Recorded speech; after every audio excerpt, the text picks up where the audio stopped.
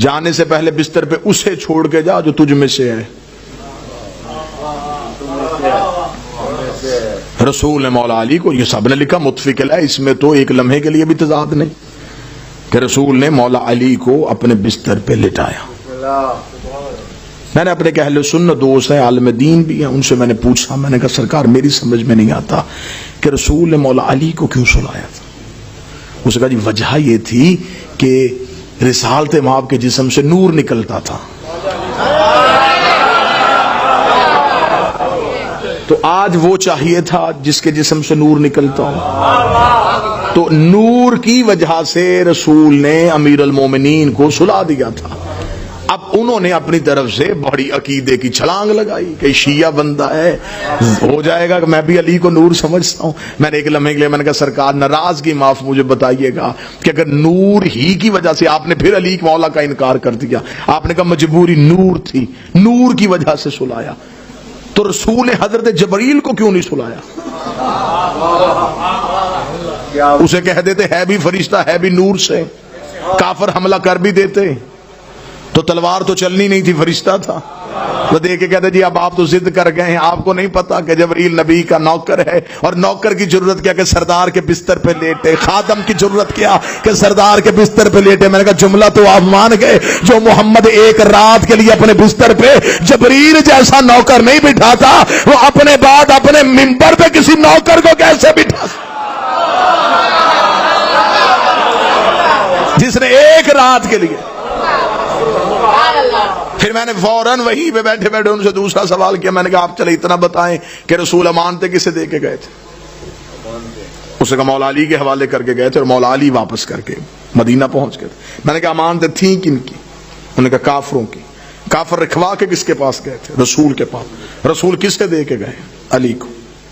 تھیں وہ کافروں کی، رکھوائی تھی رسول کے پاس، رسول دے گئے علی کو.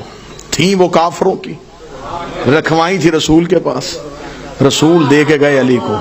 اب جملے تک پہنچانا چاہتا ہوں، جو محمد ایک رات کے لیے مکہ چھوڑتے ہوئے کافروں کی امانتیں علی کے سوا کسی کو نہیں دیتا، وہ دنیا چھوڑتے ہوئے اللہ کی خلافت جیسی امانت سوائے علی کے کسی کو کیسے دے سکتا؟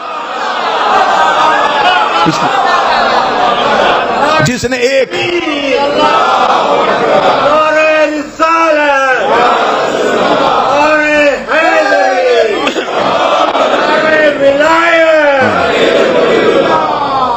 ساری رات سوئے ہوئے علی کو مکے کے کافر نبی سمجھتے رہے. رسول نے کہا تھا یا علی آج میرے بستر پہ موت ہے، سو جا. کتنا معرفت سے بھرا ہوا جملہ ہے، میرے بستر پہ موت ہے سو جا. اس جملے کے پہلے حصے میں اطلاع ہے، دوسرے میں حکم ہے. موت ہے اطلاع، سو جا حکم. لیٹنا بندے کے اختیار میں ہے. اب موت سر پہ ہو پھر سو جا. صبح کو مالک اسر نے پوچھا یا علی نیند کیسے آئی؟ فرمایا جتنا مطمئن ہو کے علی آج سویا. یا علی اطمینان کی وجہ؟ فرمایا نبی کہہ کے گئے تھے آج سو جا، صبح امانتیں واپس کر کے آ جانا. مجھے اتنا یقین تھا کہ ہر رات موت آ سکتی ہے، اس رات علی کو موت نہیں آ سکتی. یہ ہے یقین کی منزل، یہ ہے حجت پہ اعتماد. میں کیونکہ ہسٹری کا طالب علم ہوں، کتابوں میں لکھا، تاریخ میں واقعات لکھے. جب ایک عورت نبی کی مخبری کا خط اپنے بالوں میں چھپا کے جا رہی تھی، تو رسول نے ایک مجاہد سے کہا کہ اس کے پاس ایک خط ہے، وہ لے کے. وہ اس کے پاس گیا، اس نے جا کے تلوار نکال کر تیرے پاس کوئی خط ہے؟ اس نے کہا مجھے تیری جوانی کی قسم میرے پاس کوئی نہیں. اب آپ خود سمجھ سکتے ہیں کہ ایسے بندے کی جوانی کی قسم کھائی جائے جو جوان نہ ہو، اس سے زیادہ جلدی یقین کون کرے گا؟ انہوں نے فوراً یقین کیا، واپس پلٹے اور واپس پلٹ کے کہا یا رسول اللہ اس کے پاس خط نہیں. رسول نے دوسرے کہا تو جا، اسے جا کر تیرے پاس کوئی خط ہے؟ اس نے کہا مجھے تیری دلیری کی قسم میرے پاس کوئی نہیں. وہ بھی واپس پلٹے، یہ ہسٹری ہے. اس نے کہا یا رسول اللہ کوئی نہیں. رسول نے تیسرے کہا تو جا. اس نے جا کے پوچھا بی بی بتا تیرے پاس کوئی خط ہے یا نہیں ہے؟ عورت ہے، ہم تجھے حملہ نہیں کر سکتے۔ اس نے کہا تیری دیدہ دلیری کی قسم، میرے پاس خط کوئی نہیں۔ پلٹ کے واپس آئی، یا رسول اللہ عورت ہے، وہ تو قسمیں دے رہی ہے اس کے پاس خط نہیں، اسے علی کہتے ہیں، یہ ہے یقین کی منزل۔ فرمایا این علی، علی کہاں ہے؟ علی اٹھ، لبیک یا رسول اللہ، اے علی اس عورت کے پاس خط ہے وہ لے کے آ۔ ہسٹری کہتی ہے مولا امیر اس کی طرف چلے، مولا نے جا کے پوچھا نہیں کہ تیرے پاس خط ہے کہ نہیں ہے، علی تلوار کو نکال کے اپنے انگلی کو ہاتھ کو آگے بڑھا کے، اے بدبخت عورت وہ خط یہاں رکھ جس کی خبر مجھے مخبر صادق نے دی ہے، وہ خط یہاں رکھ۔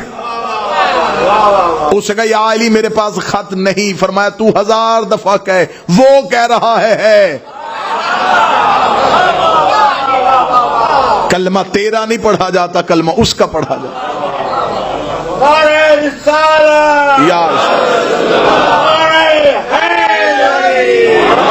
آج میرے بستر میں موت ہے، سو جا۔ سو گئے، سلایا کیوں؟ کیونکہ عرش پہ اس کا اعلان تھا کہ مجھے نیند نہیں آتی۔ فرش پہ اس نے کہہ دیا تھا کہ اے سورج گواہ رہنا، علی نے تجھے ابھرتے ہوئے دیکھا ہے، تو نے علی کو سوتے ہوئے نہیں دیکھا۔ خدا نے کہا رسول کو ایک رات کے لیے اسے سلا۔ اب یہاں پہ جملہ میرا نہیں، جملہ ہے خطیب آل محمد قبلہ اظہر حسن زیدی سالات آل اللہ مقامہ، اللہ جملے کا ثواب قبلہ کی روح کو پہنچا۔ قبلہ کہا کرتے تھے، اب جس طرح وہ گفتگو کرتے تھے اسی گفتگو کے طریقے میں حسین بھائی وہ کہتے ہیں کہ جب علی سو گئے تو اس نہ سونے والے نے اس کا سونا دیکھا۔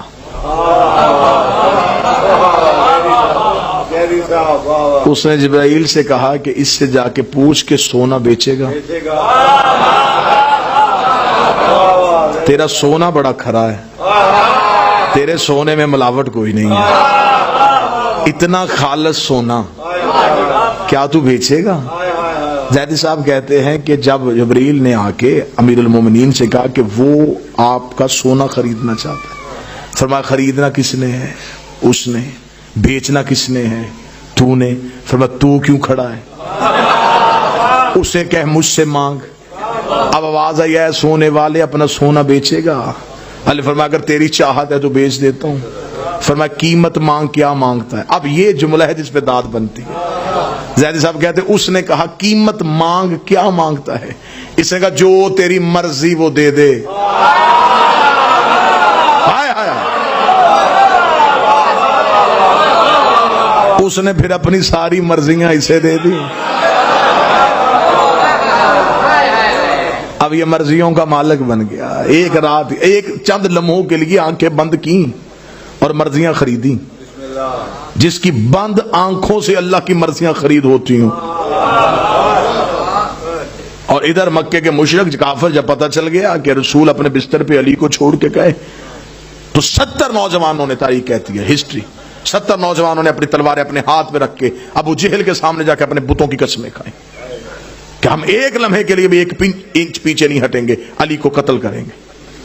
70 نوجوانوں نے قسمیں کھائیں، آگے آگے ابو جہل، پیچھے پیچھے 70 جوان، جلوس لے کے مکہ کی گلیوں سے ہوتے ہوئے سرکار حضرت عمران کے دروازے پہنچے۔ ابو طالب کی حویلی کا دروازہ کھلا، علی کا پہلا قدم مکے کے بازار میں آیا۔ ابو جہل نے اشارہ کیا، 70 نوجوانوں نے علی کے گرد گھیرا باندھا۔ ابو جہل نے دیکھ کے کہا علی تجھے کہتے تھے تو محمد کو چھوڑ دے، تو نے نہیں چھوڑا، اب وہ تو چلا گیا ہے، تجھے اکیلا چھوڑ کے چلا گیا۔ اگر میں ان نوجوانوں کو اشارہ کروں یہ میرے ابرو کے منتظر ہیں، یہ تیرے سر کو تن سے جدا کریں گے، تو اب بھی محمد کو چھوڑ دے، ہم پھر بھی تجھے امان دے دیں گے، ہم پھر بھی تجھے مکے میں رہنے کی جگہ دیں گے۔ اتنا کہنا تھا، 70 نوجوان گرد گھیرا باندھ کے علی کو دیکھ بھی رہے ہیں اور چل بھی رہے ہیں، دیکھ بھی رہے ہیں، چل بھی رہے ہیں۔ تاریخ کہتی ہے نا میرے مرشد علی کے ماتھے پہ پسینہ